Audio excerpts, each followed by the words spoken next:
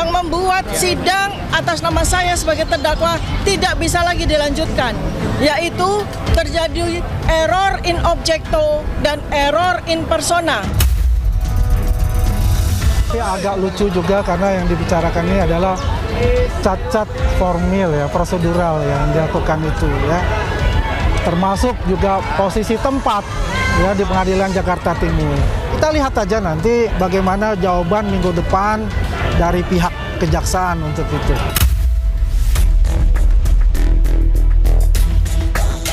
Satu, mengabulkan permohonan pra-peradilan pemohon untuk sebagian.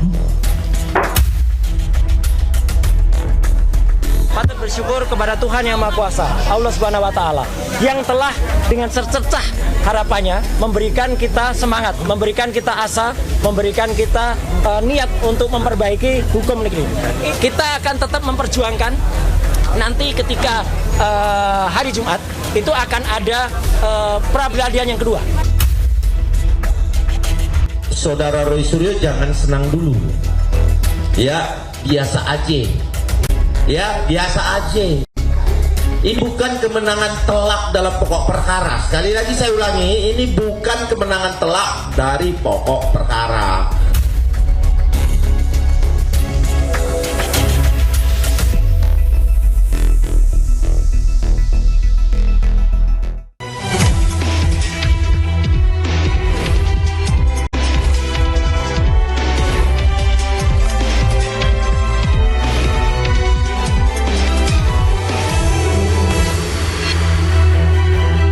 Persidangan Dr. Tifa dan Roy Suryo menjadi ujian penegakan hukum yang transparan.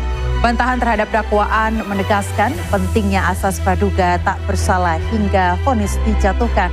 Sementara putusan pra-peradilan menjadi pengingat bagi penegak hukum agar cermat dalam prosedur penangkapan. Apakah persidangan akan membuka fakta menjadi terang pemirsa atau justru tenggelam dalam perdebatan? Saya Ainufus, inilah Interupsi.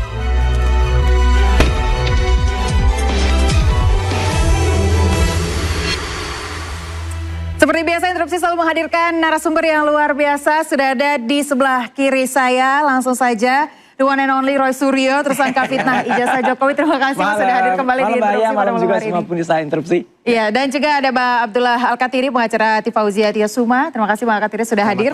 Dan di sebelah kanan saya Mbak Rifai Kusmanugara, pengacara Joko Widodo. Terima kasih. Malam Mbak ya, para narasumber dan pemirsa. Siap, malam. Dan juga ada Bang Lecumanan, Wakil Ketua Pradi Bersatu. Ya, selamat malam Mbak dan peserta lainnya. Terima kasih. Terima kasih Bapak-Bapak semuanya sudah hadir di Interupsi. Saya ingatkan kembali rules-nya, Anda boleh adu gagasan, berargumen, tapi pastikan Anda katakan Interupsi. Terima kasih. Saya ke Mas Roy dulu yang paling bersemangat nih. Mas, setelah sidang pra-peradilan kemarin, apakah ini menurut Anda awal dari kemenangan Anda? Ya. Kalau awal kemenangan sih saya belum bisa mengatakan ini kemenangan. Betul tadi kata Ade Darmawan bahwa jangan senang dulu. Ya, memang kami nggak senang kok. Kami hanya bersyukur kehadirat Tuhan Yang Maha Kuasa Allah Subhanahu wa Ta'ala. Apa yang membuat Anda bersyukur, Mas? Ya bersyukur karena hakim ya Pak Iketut siapa gitu ya namanya. Mohon maaf, saya nggak hafal lengkap. Itu memang benar-benar teliti dan beliau tuh objektif loh. Kalau memang yang kami kurang saya kurang tepat gitu ya. Ketika kami juga memperapitkan jaksa dalam menahan dan memang itu sebenarnya kami tarik sudah. Itu dikatakan tidak diterima. Ya, kemudian juga soal pemulihan nama baik. Ya, karena memang kami belum memasukkan unsur-unsur untuk pemulihan nama baik. Itu belum diterima kemarin. Jadi nggak apa-apa. Jadi sebenarnya tidak semuanya kami menang kok kemarin. Ya, ada yang menang, ada yang tidak, ada yang dikabulkan. Tapi alhamdulillahnya yang dikabulkan itu pokoknya dagingnya di situ. Dagingnya di situ. Jadi soal penangkapan, soal kemudian penahanan, soal penggeledahan itu nggak boleh sembarangan, nggak boleh lagi nantinya kepolisian tuh menangkap seseorang itu menggunakan keputusan pengadilan yang sudah tahun lalu. Terus nggak boleh suratnya itu kopas, bahaya. Ya kopas, jadi copy paste surat untuk orang lain, di print lagi, diganti namanya. Itu di situ ada asalnya. Perintah untuk saya diinterogasi lagi atau diperiksa lagi loh. Kami itu sudah P21. Jadi nggak boleh. Jadi ini kan ada kejadian nggak benar. Nah, jadi hal kayak gitu, apalagi yang paling fatal adalah ketika ahli yang mereka hadirkan, yaitu Pak Aristo Pangaribuan, itu mengatakan memang surat itu cacat formil. Ya udahlah. Oke. Sebagian masih belum terkabul. Artinya itu alasan Anda kembali mengajukan pra-peradilan, Mas Roy? Iya, iya. Makanya besok pagi Besok pagi itu di Pengadilan Negeri Jakarta Selatan, Mbak Aya dan Ainus kita harapkan, kalau Ainus rajin selalu datang gitu ya, itu akan meliput pra-peradilan yang kedua, yaitu soal kita menguji ketersangkaan hubungannya dengan pasal 32 ayat 1 Undang-Undang Informasi dan Transaksi Elektronik. Oke, baik. Saya ke Bang Rifai, Bang. Saya mau tanya tanggapan Anda terkait dengan sidang pra-peradilan, khususnya terkait dengan penetapan tersangka besok yang akan diajukan oleh Mas Roy. Pertama kalau kami dari Pak Jokowi ya, memang standingnya adalah terkait upaya paksa itu adalah kewenangan mutlak dari penegak hukum terkait, sehingga itu juga perlu dipertanggungjawabkan oleh penegak hukum terkait ya. Sekalipun kalau kita baca pertimbangannya, sebenarnya kan kalau kita lihat dua. Pertama, ada yang tidak linear antara permohonan yang diajukan kepada pengadilan dengan konsideran dari surat penangkapan itu sendiri. Yang satu itu di bulan November 2025 ke pengadilan, dasarnya akan dilakukan penyidikan dan penyitaan. Sementara di surat penangkapan untuk tahap 2 ini kan nggak linear. Makanya dianggap secara administrasi dia cacat. Ya. Lalu kedua, dinyatakan juga bahwa karena wajib lapor dilaksanakan dengan baik sehingga tidak ada urgensi untuk melakukan upaya penahanan. Nah itu yang, dan kami standingnya harus menghormati semua putusan. Terima kasih. Sekalipun ada yang menarik juga dari situ. Apa itu? Ya. Jadi benar yang disampaikan Pak Roy ya, jadi belum selesai sepenuhnya karena ada dua pertimbangan lain yang buat kami ini cukup menarik ya. Pertama dinyatakan pelimpahan perkara dari penyidik kepada penuntut umum telah sah adanya. Telah seadanya. Sah adanya. Gitu. Sah adanya, telah sah adanya. Oke. Jadi melimpahkan upaya pelimpahannya. Jadi kan ada pendapat upaya paksa dan pelimpahan. Yang kedua menarik lagi dipertimbangkan. Bahkan jadi headline di beberapa media. Dinyatakan bahkan penetapan tersangka juga telah sah adanya. Karena sudah didukung dua alat bukti dan sejumlah formalitas yang harus dipenuhi. Nah sementara kita ketahui Pak Roy ini kan mengajukan pra kedua juga dengan bahasan penetapan tersangka. Berbeda dengan yang awal. Same. The same thing, right? Beda. Interupsi, beda. Artinya adalah. Beda Mas Roy. Artinya gini, beda. Artinya gini, dipertimbangkan. Oke. Betul tidak menjadi permohonan, saya sepakat. Iya. Tapi kenyataannya dipertimbangkan oleh hakim bahwa penetapan tersangka ini sah adanya. Didukung oleh dua alat bukti dan formalitas. Nah pertanyaannya adalah, ini kan juga jadi putusan pengadilan. PN Selatan, bukan pribadi majelis ya. Sementara ada lagi permohonan kedua yang akan membahas ini. Nah ini kan harusnya akan saling, tidak mungkin terjadi tidak linear gitu ya. Sehingga kalau saya lihat, ini jadi menarik nih. Apakah pengadilan negeri di awal pra-peradilan ini justru mengambil jalan tengah gitu ya. Upaya paksanya salah tapi pendapat tersangkanya sah. Sehingga nanti mungkin saya menduga di pra kedua ini dia akan cepat diperiksa karena isinya lebih kurang akan dianggap penetapan tersangka itu sah. Sehingga akhirnya pemeriksaan pokok perkara akan berlanjut. Maksudnya ini alur Anda kemana nih? Apakah akan ada nantinya ujung-ujungnya RRJ? Oh no. Artinya pra kedua dalam pandangan saya akan ditolak. Akan ditolak? Karena dipertimbangkan gini. Gak apa-apa, hak dari Pak Rifai dan juga teman-teman di sana. Karena kan kemarin juga Mbak Aya, Pak Rifai ingat kan? Ada yang sampai bilang 1000% pra-peradilan pertama itu akan ditolak. Itu loh si Mak Lampir yang bisa ngomong, boleh dong gitu. Itu 1000% apa gitu. Ya, bahkan ketika pra-peradilan yang pertama pun ada acara ini juga dibawa ke sana. Tiba-tiba ada yang interupsi gitu.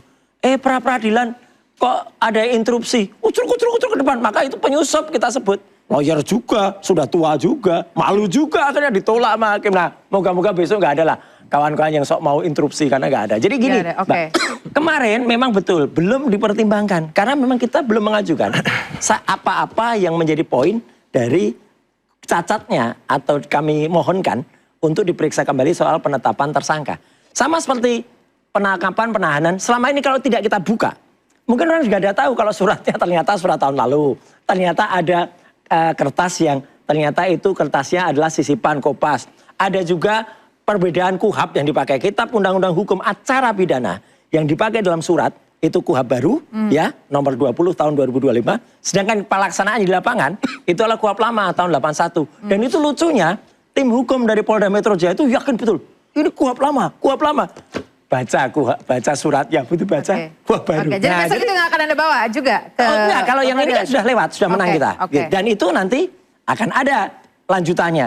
Karena konsekuensi dari tidak sahnya penetapan penahanan itu akan berkonsekuensi. Nah ini saya bocorkan dikit Pak Rifai dan juga semuanya Bang Lecu dan juga saya. Nah dan ada pelaporan terhadap orang yang bertanggung jawab terhadap ini. Itu seru nanti. Oke, saya mau tanya tanggapan Bang Lecu seperti apa Bang? Menurut saya terkait dengan yang namanya putusan pengadilan, semua pihak harus menghormati terhadap putusan, ya.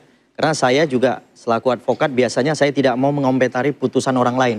Sebaliknya saya juga berharap orang lain tidak perlu mengomentari putusan di perkara saya, seperti itu. Tapi yang menarik, tadinya memang saya agak ketar-ketir. Kenapa ketar-ketir? Kenapa saya bilang ketar-ketir? Karena kan Mas Roy ini melaporkan saya, betul ya Mas Roy? Betul. Boleh, boleh Jaya, disebutkan lagi dilaporkan terkait apa? Dilaporkan terkait saya katanya memberikan keterangan palsu di dalam akta. Ya. Akta otentik. Oke? Ya. Nah, jadi saya mau terima kasih sama Mas Roy.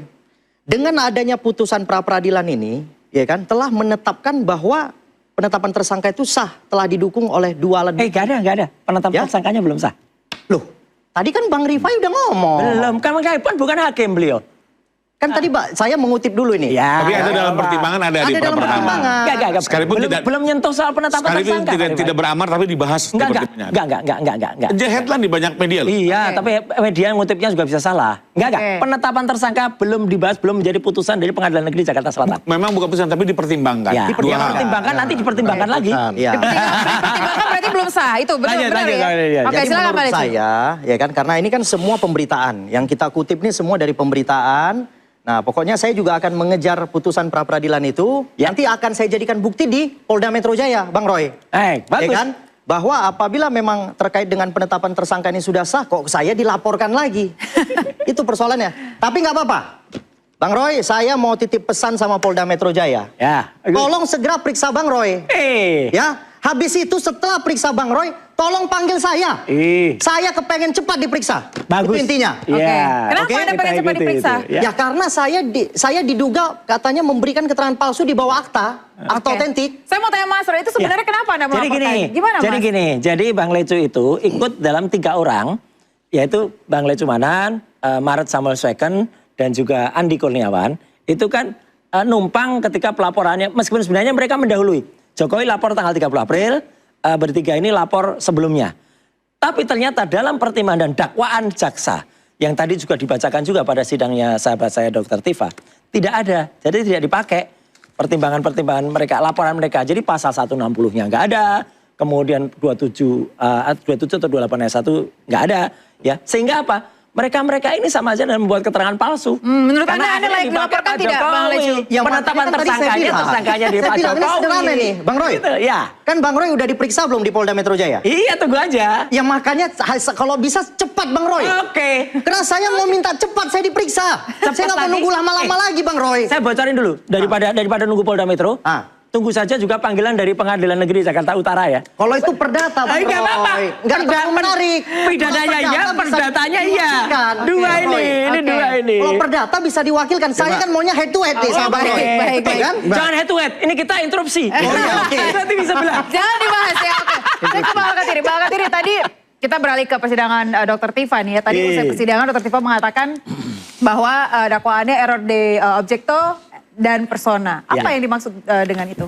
Sebelumnya saya akan menanggapi dulu Lex Sumanan karena juga menyangkut Dr. Tifa. Oke. Soal apa? Ya dia juga laporkan Dr. Tifa. Oke. Ya, tapi Anda juga laporkan Dr. Tifa ya? Yang dilapor balik oleh Mas Roy kan 28 ayat 2. Ya. Oke. Tapi kami itu di 160, dia juga 3 orang ini melaporkan di 160. Yaitu, dan gak kena? Iya, penghasutan. Yang mana dari awal, atas laporan mereka ini sudah diabaikan dari awal. Karena Mas Roy dan dulu ada Resmond ya. Ada Resmond. Dokter palsu. Si omon-omon. Resmond segala itu pasal 160 itu tidak digunakan. Yes. Berarti diabaikan. Jadi sekarang itu persidangan itu bukan dasarnya laporan mereka, bukan. Tapi laporan Jokowi, terbukti di dakwaan itu. Tapi kan mereka selama ini kan sudah mencemarkan dengan pasal itu, 160 dan sebagainya. Nah ini kami juga mau melaporkan ke 160 ini. Kami tidak tinggal diam karena laporan di 3 orang itu, tadi Lex Sumanan, Andi Kurniawan, dan Maret Samuel Sweken. Itu ada di status tersangkanya Dr. Tifa. Di konsiderannya. Tapi di isinya nggak ada. 160 itu sudah diabaikan kan? 160 itu kan sudah tidak diperbolehkan karena baik putusan MK maupun KUHP yang baru yang dimaksud 160 itu adalah Oke, jadi nanti Anda akan melaporkan kembali ya? Sebentar, saya belum menjelaskan masalah Dr. Tifa. Oke, Ini kita masih akan masalah bahas lagi soal Jadi, error in objecto dan persona, tapi kita akan jeda terlebih dahulu. Kita akan jeda terlebih dahulu, tetap lagi. Sabar.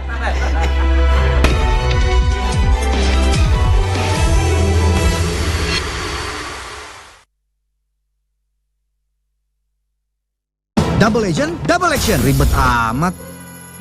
Batuk nggak berhenti. Ada bodrek batuk double action. Batuk kering, berdahak. Bodrek batuk, double action. Beda batuknya, satu solusinya. Dengan double action formula, redakan batuk kering, batuk berdahak, nggak ribet, terus menangkan harimu.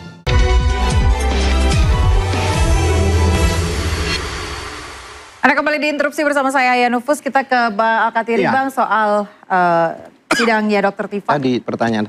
Jadi begini, kenapa saya tidak ikut tadi terlibat? Karena memang bukan perkara Dr. Tifa yang dibicarakan, tapi baru putusan yang memenangkan dalam hal ini yang pengadilan Jakarta Selatan menerima gugatannya. Ya memang menang. Iya, menang. Jadi kan sepak bola 1-0 ya?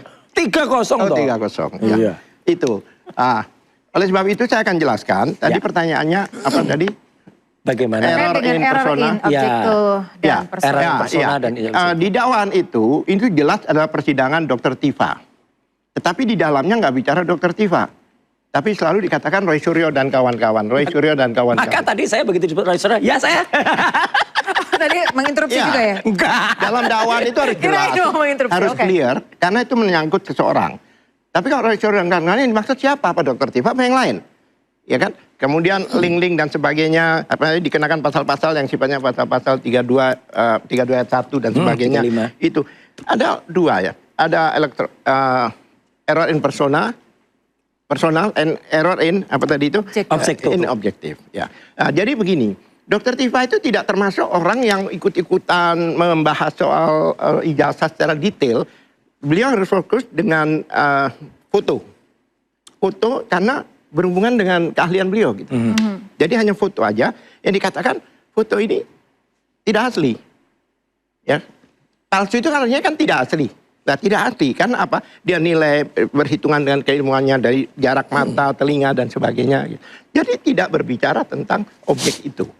Dan juga masalah 32 itu kenapa Jokowi yang melapor? Padahal yang dimasalahkan adalah dokumen elektronik. Informasi elektronik. Apakah Jokowi mempunyai dokumen elektronik? Tahun-tahun segitu kan nggak ada. Sekarang ada KTP elektronik dan sebagainya. Dan jangan lupa bahwa itu bukan masalah ijazah analog. Yang dimasalahkan di situ adalah informasi dan dokumen elektronik. Nah, yang memiliki dokumen elektronik itu siapa?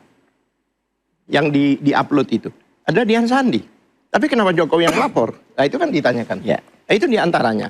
Oleh sebab itu banyak hal, ada 6 poin ya. Di antaranya yaitu kompetensi relatif.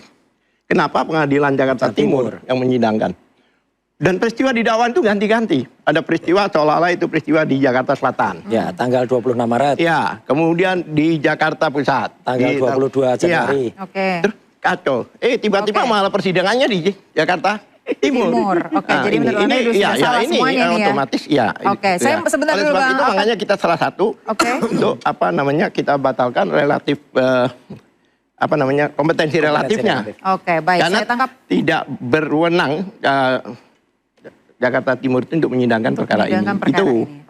Ada 6 poin, itu baru 1 poin. Nanti akan disebutkan ya, Bang Alkatiri ya. Saya ke verify dulu Bang, terkait dengan error in objecto and persona ini menurut Anda seperti apa? Apakah benar apa yang dikatakan oleh Bang Alkatiri? Jadi perlu saya sampaikan yang dimaksud eksepsi itu adalah keberatan yang ditujukan kepada formalitas dakwaan. Jadi kembali lagi yang dipersoalkan adalah formalitasnya, ya, bukan substansinya. Nah, dari apa yang disampaikan oleh rekan-rekan tim hukum, saya melihat sih ada 3 persoalan. Ya. Pertama soal kompetensi relatif, itu yang sebenarnya harus betul-betul dibahas dalam konteks eksepsi ya, bisa absolut relatif.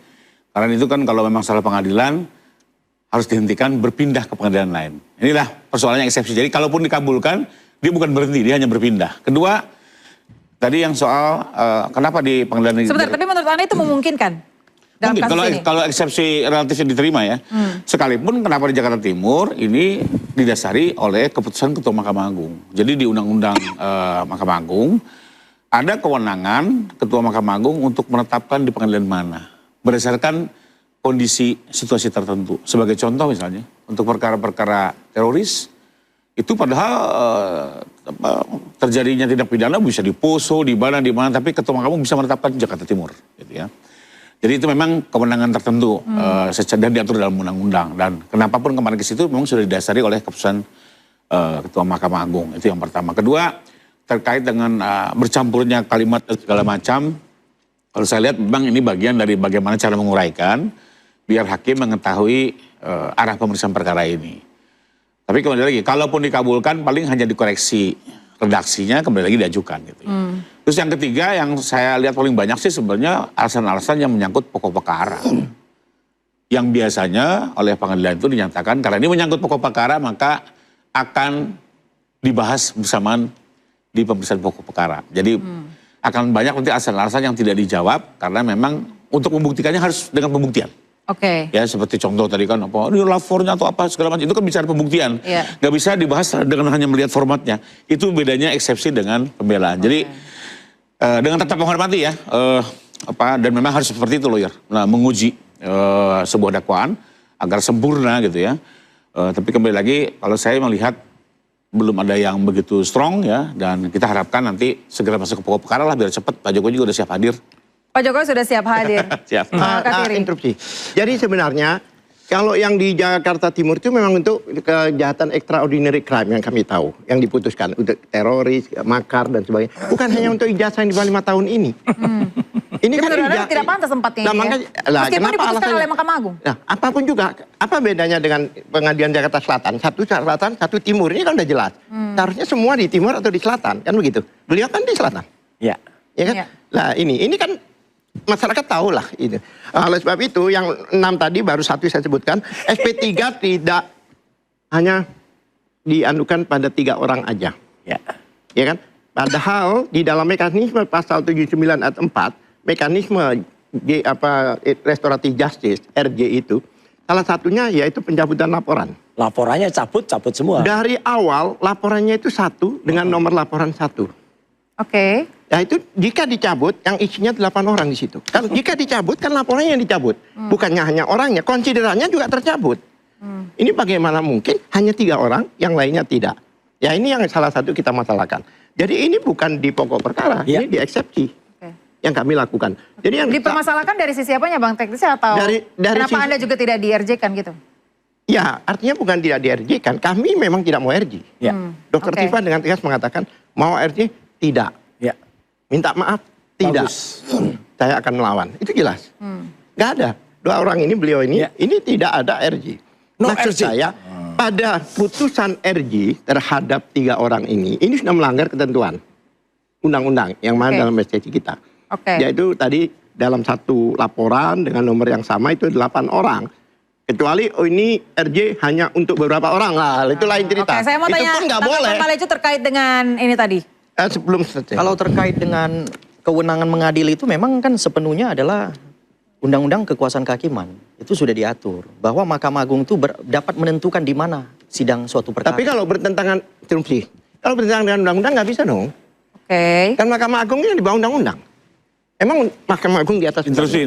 Justru undang-undang bagi yang menyatakan bahwa Ketua Mahkamah Agung berwenang. Iya. Dalam situasi tertentu, contohnya bukan hanya teroris Bang. Pak Soeharto, ya mohon maaf ya, dulu perkaranya juga secara khusus ditentukan kan itu. Di Kemayoran dulu. Jadi kembali lagi ini memang dalam situasi tertentu Ketua Mahkamah Agung bisa. Dan memang ini dasarnya ada SK-nya. Interupsi. SK itu menyatakan bahwa untuk delik aduan absolut apa di sana tidak. Bukan. Undang-undangnya bilang berapa kali dalam sidang yang diduga teroris di sana. Ketua Mahkamah Agung bisa menetapkan. Hanya KMA loh, yang lain nggak bisa. Maksud saya, kalau di situ tidak ada ketentuan, tidak jelas seperti itu, kenapa harus disidangkan di sana? Bahkan peristiwa, kenapa harus disidangkan di Jakarta Timur? Loh, justru karena Ketua Mahkamah Agung menetapkan di situ. Iya. Karena situasi tertentu. Tertentu seperti apa? Dibaca di konsiderannya Bang. Nggak dapat. Nggak, SK-nya belum nggak dapat Bang. Saya sudah jelas mengatakan. Iya, kan ada jika jelas extraordinary crime, memang di sana. Teroris. Contohnya ya. Banyak korupsi dipindah. Contohnya masalah kepailitan. Itu harus di Jakarta Pusat. Itu jelas. Bukan. Bukan begitu. Anda mengatakan ada ketentuan-ketentuannya, bacakan seperti apa? Di Undang-Undang Mahkamah Agung, Ketua Mahkamah Agung berhak menentukan dalam situasi tertentu pengadilan mana yang berwenang. Dalam hal ini bukan masalah itu, extraordinary crime. Bukan. Kejahatan Bukan extraordinary crime. yang berwenang. Ini di bawah undang-undang. KUHP menyatakan di mana? KUHP itu menyatakan di tempat lokasi. Ini Dewa Agung bukan undang-undang Mahkamah Agung ini. Nah, ya bisa. Nah, ini udah banyak lah, udah banyak perkara di sana. Dalam hierarkis ya, itu. Bapak silakan ada eksepsi diajukan, nanti kita lihat jawabannya apa. Nah, ya bukan begitu. Oleh sebab itu, maka kami mengajukan kompetensi relatifnya tidak tepat. Tidak tepat. Bahkan itu kejanggalan yang Anda temukan itu ya, Bang Lokus deliktinya, tempus deliktinya tidak kena. Buktinya apa? Coba di dakwaan dikatakan Jakarta Pusat. yang namanya lokus delikti dan Jadi menurut Abang Ketua Mahkamah Agung nggak berwenang ya menetapkan. Lokus delikti dalam undang-undang IT di mana orang mendownload atau mengupload. Tapi ini yang mengupload orang lain dibawa ke Pak Jokowi, terus Pak Jokowi melapor. Oke. Ya, berarti kan Baik, Mas Roy, berarti kalau kan Anda melihat kacau. seperti tadi ditanyakan oleh Bang Rifai juga, Mahkamah Agung tidak berwenang berarti ini untuk menetapkan. Ya, kalau hal-hal itu ini. sih memang bagaimana para kuasa hukum dan saya menghormati bagaimana eksepsi yang nanti akan dibuat oleh tim Dr. Tifa.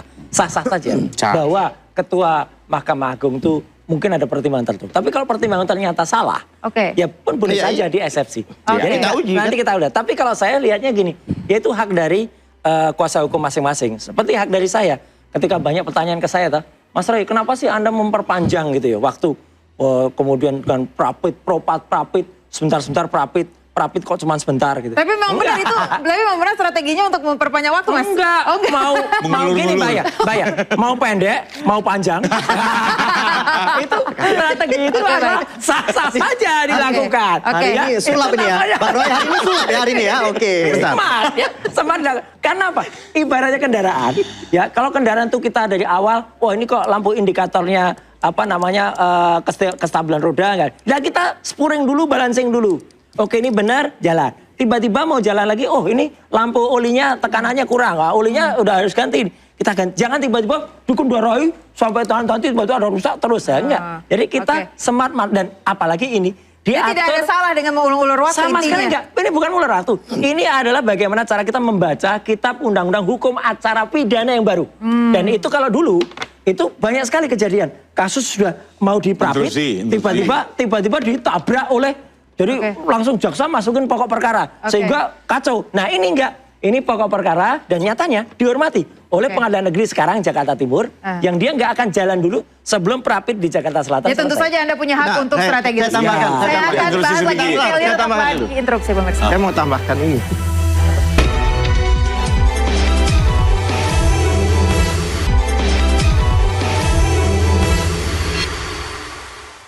Ada masih di interupsi bersama saya Yanufus. Pemirsa tadi menanggapi apa yang dikatakan oleh Mas Suryo, Bang Rifai terkait dengan strategi. Seharusnya ini adalah hak untuk seorang Roy Suryo punya strategi untuk pra-peradilan dan lain-lain sebagainya. Ya betul, tadi kan saya sampaikan, saya selalu menghormati upaya hukum sebagai check and balance. Saya konsisten selalu bilang begitu.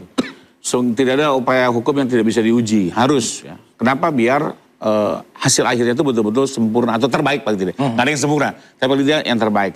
Sekalipun kan kami juga punya pandangan hukum ya, kami akan melihat dari berbagai angle apakah ini strong argument atau weak argument atau half, itu kan kembali lagi kan tergantung penafsiran masing-masing ya. Nah cuma satu memang yang kembali lagi kalau buat saya adalah yang menarik bonus dari putusan pra-peradilannya Pak Roy itu adalah dipertimbangkan dua hal tadi tuh, terutama yang kedua ya. Tahu-tahu dipertimbangkan bahwa penetapan tersangka itu sudah sah. Enggak ada itu. Itu menjadi menarik ya. Karena apa? Betul tidak ada dalam petitum, tapi di dalam konsiderannya ada dan dikutip oleh berbagai media, boleh silakan di googling gitu ya. Nah, sementara ada pra kedua yang membahas ini. Apakah ini akan saling bergantung atau mempengaruhi?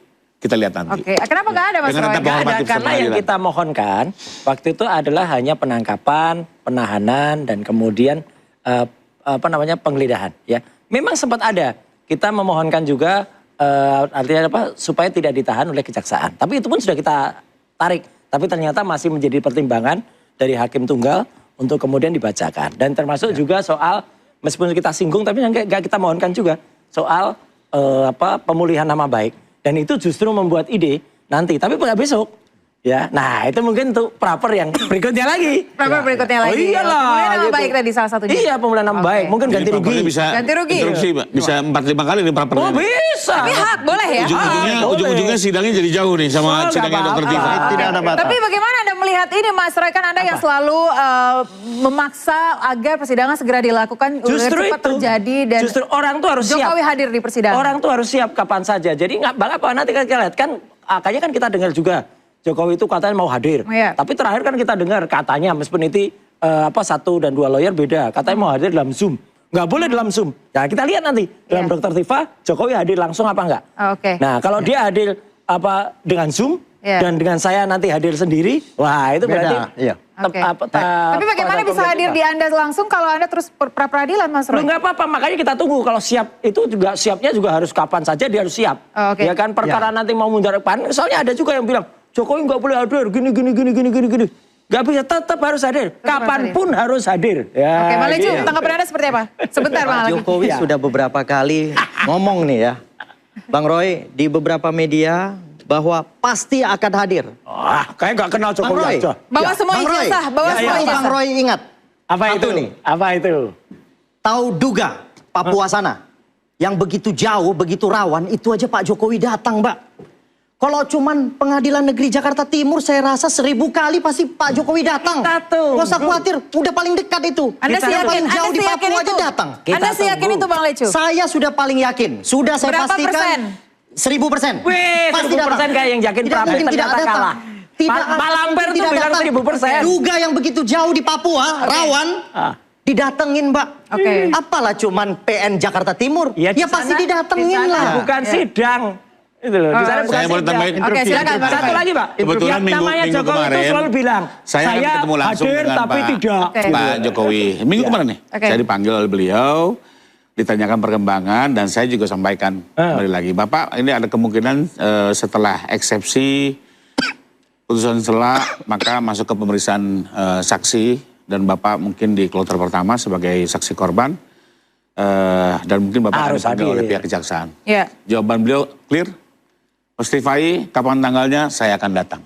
Ya. Bagus. Dan Tanpa Zoom ya Bang? dan saya waktu itu saya sampaikan, Pak, kalau Bapak datang, ini juga merupakan penghargaan bagi lembaga penegakan hukum. Karena pertama kalinya seorang presiden datang ke persidangan. Mantan presiden. Memohonkan keadilan dalam perkara yang sedang Bekas presiden. dialaminya gitu ya. Karena kita lihat sebelum-sebelumnya, mohon maaf, di perkara Pak Soeharto beliau tidak hadir karena keterbatasan fisik. Di perkara Pak Radi Ramlan, kebetulan saya salah satu pengacara di kasus Blue-Gate. Kami minta Pak Habibie hadir, waktu itu juga pakai telekonferensi dari kedutaan Indonesia di Jerman. Ya. Jadi ini pertama kalinya nih ya, seorang presiden datang hadir dan mendudukan dirinya persis seperti Interupsi rakyat belum biasa. kejadian Ini kok. yang menarik seperti rakyat biasa. Jadi ini sesuatu yang Pertama fenomenal. kalinya. Dan menurut saya mari kita saksikan. Di satu sisi juga beliau sampaikan bahwa pasti saya akan hadir. Interupsi, Mbak. Karena saya justru ingin memohonkan keadilan terhadap persoalan kita yang sudah mengoyak kehormatan saya. Bang Rifai, tapi Saya akan bagaimana menjelaskan kalau semua di dalam masyarakat persidangan. berekspektasi Pak Jokowi tidak datang seperti sidang CLS waktu itu?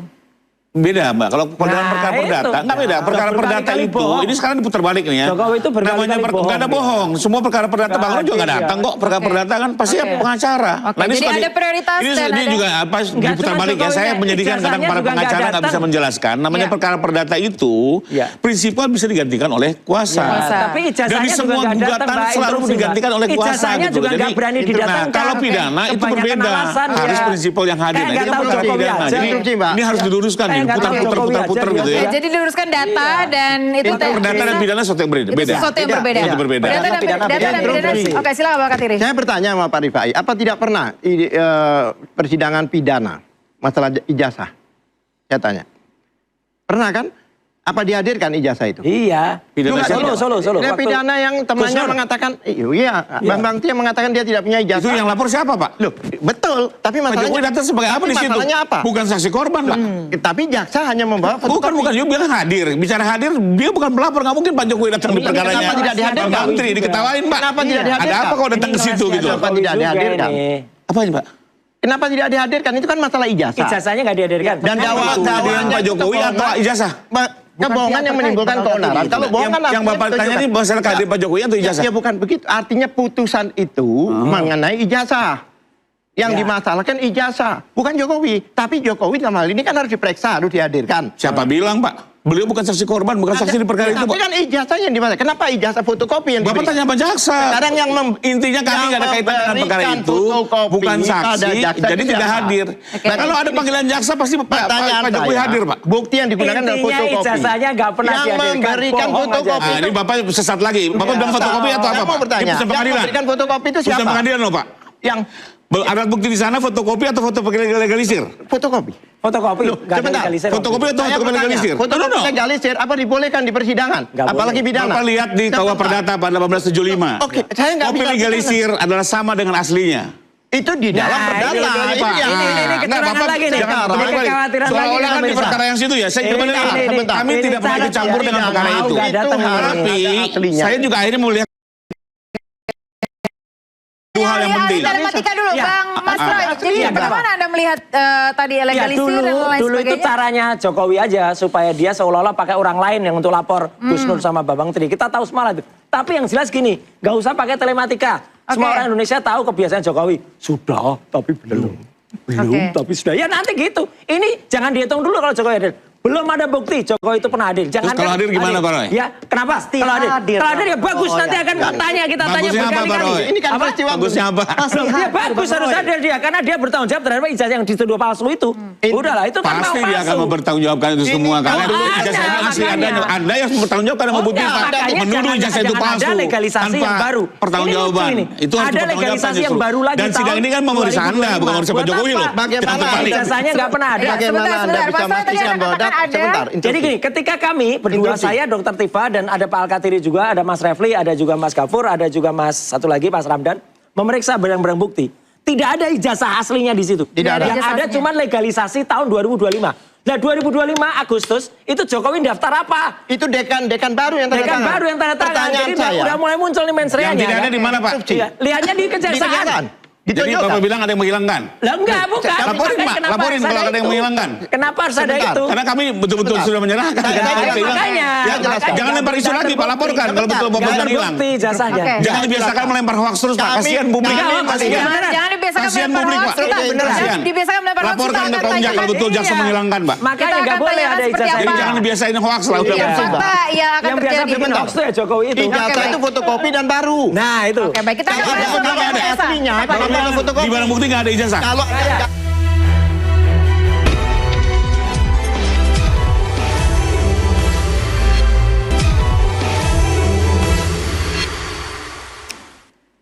baik, tanpa membawa waktu saya ke Bang Alkatiri langsung. Ya, Bang, Anda ada yang mau ditambahin atau saya boleh nanya nih? boleh dong. Boleh. Oke baik. Kalau tadi Mas Roy bilang belum sepenuhnya menang begitu ya. Kalau Dr. Tifa sendiri, apakah ini awal dari kemenangan atau seperti apa? Kami yakin menang karena dakwanya dapat kita counter sedemikian rupa. Di dalam dakwaan itu obscurable lah, ada tidak jelasnya dan sebagainya. Kemudian salah satu contoh ya, suatu perbuatan bulan April, lapornya itu bulan 30 April. 30 April ya. Bukan Jokowi, Pak Bu Tifa dilaporkan. Oh iya, 30 April. 30 April. Tapi perbuatannya Mei. Semua link-link itu bulan Mei. Seharusnya kalau ada orang laporan, itu kan yang sebelumnya. Mana ada sudahnya. Nah ini bulan Mei, banyak bulan Mei, dan itu pun bagian besar bukan milik Bu Tifa. Bu Tifa hanya 5. Bahkan ada masalah salah satu di sini juga ya, dialog di sini itu dimasuk juga, ada 5 kalau nggak salah. Tapi padahal itu kan produk jurnalistik, ini kan tidak boleh dimasalahkan. Ya. Nah kalau dimasalahkan kan semuanya jadi kena, dialog dan sebagainya ini. Itu artinya tidak dimasukkan di dalam bukti tanpa melalui prosedur undang-undang pers dan sebagainya. Artinya kan ada hak jawab, hak ini, hak counter, kemudian ada harus dibicarakan disidangkan dulu di Dewan Etik. Baru ini tidak. Jadi beberapa itu dari dialog-dialog Bu Tifa dengan media. Seperti itu. Kemudian Anda ini semuanya tabrak-tabrak aja kepentingan umum contohnya. Itu jelas. Kemarin saya dengan Bang Rifai katakan bahwa kemungkinan dikenakan pasal fitnah. Fitnah itu ada ayat 2-nya menyatakan hakim itu harus menguji. Jika itu terbukti itu kepentingan umum, maka tidak kena. Itulah 310, pencemaran nama baik juga demikian. Ayat 3-nya menyatakan demi kepentingan umum tidak kena. Karena apa? Itu dilindungi Undang-Undang Dasar 45 maupun Undang-Undang KIP. Itu jelas. Itu yang kita tadi sampaikan. Jadi tim Anda melihat bahwa itu bukan yang dilakukan oleh Dr. Tifa? Sekarang saya mau tanya, apa sih kepentingan Dr. Tifa? Apa Dr. Tifa ditipu? Tidak. Kepentingannya betul-betul menguji ijazah publik. Yang mana sudah pernah digunakan sebagai jabatan publik. Dilindungi oleh Dan yang dilakukan pun hanya menganalisa saja, tidak memanipulasi, tidak ada. Dan itu namanya informasi elektronik kan. Oke, jadi deliknya seharusnya tidak itu ya? Iya, barang siapa mengoreksi dan sebagainya merubah apa namanya informasi atau dokumen elektronik milik orang lain. Dokumen elektronik. Iya. Bukan analog. Pertanyaan saya, elektronik milik siapa itu? Yang mengupload siapa? Baik. Kenapa Jokowi yang melapor saat itu diantaranya? Oke, ya kan? baik. Kemudian ada lagi, Bang Katiri? Iya. Saya mau beri tanggapan dulu dari Bang Rifai terkait yang Anda sampaikan tadi. Silakan Bang Rifai. Ya, terkait dengan apa namanya, dengan tetap menghormati ya upaya eksepsi dan sebenarnya dengan menghormati juga tanggapan yang akan disampaikan pihak jaksa. Saya sekedar mengomentari saja dalam pandangan hukum yang saya pahami. Tadi yang disampaikan terkait dengan apa namanya undang-undang pers, yang kita ketahui kan justru undang-undang pers itu melindungi insan pers dan produk-produk pers ya. Sementara di berbagai jurisprudensi juga tetap narasumber itu bertanggung jawab. Kedua, dalam perkara ini sudah didengar juga kok Dewan Pers dan nanti akan bersaksi. Ya, makanya kembali lagi sebenarnya eksepsi ini berkaitan dengan pembuktian. Nanti orang Dewan Pers seperti apa bicaranya juga akan menguraikan di persidangan ini. Terus tadi selain apa lagi? Terkait delik yang dilakukan Dr. Tifa adalah menganalisa. Enggak, jadi gini, tadi ada peristiwa. Dan juga, banyak peristiwa digambarkan. Oke, tapi faktanya kan ada 5 peristiwa yang harus beliau pertanggungjawabkan. Silakan membela diri nanti dari 5 peristiwa ini. Dan terkait dengan adanya kepentingan umum, pembelaan terpaksa juga kesempatan untuk membuktikan memang itu diatur di normanya. Tapi kembali lagi, ini semua harus dibuktikan. Jadi artinya apa yang disampaikan di eksepsi ini akhirnya ujung-ujungnya dijawabnya dalam pembuktian. Ya, sehingga tidak bisa menjadi sebuah putusan sela. Itu yang dari awal saya bilang sebenarnya ada 3 bagian. Pertama soal kompetensi yang sudah dijawab dengan surat keputusan Mahkamah Agung. Dan ternyata diatur juga di 166 KUH baru. Ya, ternyata ya 166 KUH baru tadi saya intip-intip sedikit. Baru dilihat ya? Di KUH baru soalnya. Harus sering-sering intip ya. Diatur juga di 166 dalam situasi tertentu bisa disidangkan di luar wilayah hukumnya. Itu sudah dicek itu. Alasannya harus jelas dong. Itu seperti ya Zoom ada tadi. Tambahannya lagi pasal. Tertentu. Seperti Zoom. Ya. Zoom itu kan istilahnya dulu waktu COVID itu kan udah dicabut sebenarnya. Iya. Tapi masih dibolehkan, tapi alasannya harus jelas. Betul. Contohnya, Nggak boleh lah Zoom. contohnya pada waktu dia di BAP dia di Indonesia. Begitu di persidangan dia di Australia. Itu bisa pakai Zoom. Tapi kalau orangnya itu ada di Indonesia, yang mana dia itu tidak bisa datang hanya gara-gara mengawal partai tertentu, itu yang nggak bisa dong. Ya itu kan harus. Ini mengganggu hak politik nih berarti nih. Arahnya mengganggu hak politik. Kan faktanya kan begitu. Hati-hati hak konstitusi loh, hak politik. Lihat, saya nggak nyebut partai apa. Oke, jadi saya lanjutin sedikit ya. Jadi ini kan kembali lagi ada 3 garis besar kalau saya lihat. Pertama kompetensi relatif, kedua apa namanya tentang format yang kalaupun ini dianggap persoalan bisa diperbaiki ya. Tapi saya masih melihat dalam taraf wajar ya, karena memang ini ceritanya kan bersambung dari kerja bersama sampai pertanggungjawaban pribadi. Ya. Karena bagaimanapun juga Ibu Tifa kan nggak berdiri sendiri. Beliau berkelompok dengan teman-temannya. Itu yang mungkin akan dijadikan peroleh di dakwaan. Nah terus yang ketiga memang akhirnya ujung-ujungnya berkaitan dengan pembuktian. Yang nggak bisa dijawab juga ini benar tidaknya eksepsi ini. Ya. Jadi apa namanya menurut saya kembali lagi dalam pandangan saya sepertinya eksepsi ini nantinya lebih banyak dipertimbangkan di pokok-pokok. Interupsi, ini saya jelaskan. Saya luruskan. Sedikit saja Bang, intinya Bang. Saya sedikit. Sekarang pasalnya kan berbeda yang dikenakan. Ada 310, ada 434 dan sebagainya. Tapi unsurnya sama. Sampai dikatakan, oke, dialihkan, tidak perlu dibaca karena sudah kami bacakan. Itu setiap, itu selalu begitu. Emang unsurnya pencurian maupun pemerkosaan sama? Ya, setiap pasal itu unsurnya beda. Ini unsurnya sama. Itulah makanya kami lawan ini, kami yakin banyak kelemahan, banyak ketidakjelasan, banyak rekayasa di situ bahkan saya katakan. Kalau boleh saya tanggapin ini? Boleh silakan. Kalau soal ini, sini sudah banyak jurisprudensi umum yang menyatakan bahwa terkait dengan pasal di dalam dakwaan itu kewenangan sepenuhnya dari penuntut umum. Ya. Tinggal penuntut umum membuktikan apakah dia mampu membuktikan pasal-pasal yang dicantumkannya di dalam dakwaan. Jadi tidak bisa juga seorang terdakwa atau penasihat hukum mengatur-ngatur pasal mana yang disampaikan dengan catatan. Enggak, ini jurisprudensi Bang, Mahkamah Agung ya, bahwa artinya ini hak diberikan tapi Anda nanti harus buktikan. Kalau nggak bisa dibuktikan apa yang terjadi?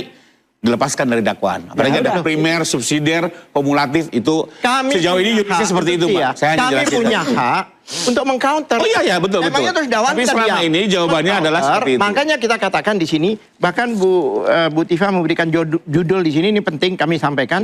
Judulnya itu bukan untuk Indonesia kepentingan umum. menggugat. Iya, Indonesia menggugat. Itu judul-judul perlawanan kami dengan ijazah palsu Jokowi dalam pusaran krisis multidimensi bangsa. Jadi something to do with umum ini, gitu loh. Dibuat seolah-olah umum. Faktanya umum. Padahal faktanya lagi, Mbak, dari yang kami laporkan link-link ini, ya dari awal Januari sampai April, tidak ada mereka waktu melemparkan tuduhan-tuduhan ini menyatakan sedang melakukan penelitian, melakukan Tidak ada kata-kata melakukan silakan di googling, masyarakat boleh googling ya. Itu bisa Tapi kena setelah juga, kami karena laporkan, baru tim hukumnya membuat Pertanyaan saya, apa ada aturan yang tidak membolehkan penelitian? Ya, jadi Apakah ada aturan bahwa tidak boleh ada penelitian? Orang meneliti sesuatu boleh dong. Yang tanggal dulu yang saya maksud adalah penelitian ini hanya sekedar alibi yang dibuat-buat. Bukan. Orang kan melihat dari awal, dari awal ya nanti kita lihat sebagai saksi. Tapi apakah status penelitian ini bisa menjadi 3 orang ini dari awal sebagai saksi di UGM sebelum ada apa-apa. Sebelum ada laporan. Yang kami laporkan Januari sampai April, di luar itu kami nggak laporkan. Ya artinya Tapi begitu. gini ya, Silakan aja yang di luar itu. Dokter Tifa itu memang peneliti, ya. Kenapa peneliti? Karena dia tuh sebenarnya selain itu dia melakukan penelitian yang namanya neuropolitika. Jadi yang diteliti Dokter Tifa itu maka ahliannya begitu, dokter melakukan. Jadi artinya banyak sekali kesalahan-kesalahan yang kemudian saya lihat, tapi itu hak dari kuasa hukum nanti untuk mengkoreksi. melawan. Saya sebagai sahabat Dokter Tifa mengatakan tegar Dokter Tifa, dan besok ikuti saja juga pra peradilan yang kedua. Oke, berarti Anda terus melawan. Kalau Anda Bang Lecu akan melawan Bang Mas Roy? Saya, Bang Roy, cepat diperiksa di Polda Metro Jaya. Selesai tunggu. Selesai. Tunggu dulu Bang Roy. Selesai Bang Roy diperiksa, tolong, saya minta tolong nih Bang Roy. Oh iya, harus. Tolong Bang Roy sampaikan kepada penyidik. Oh iya, segera panggil Lecumanan. Lecumanan siap dan datang ya. Iya, jangan manggil. Terima kasih Bapak. Dalam laporan kami pun juga harus datang. Dibacakan pra peradilan sudah dimenangkan dan akan digulirkan. Publik bukan sekedar menunggu sorak kemenangan, melainkan sebuah titik terang kebenaran. Saya Yanufus, nantikan interupsi pekan depan. Sampai jumpa.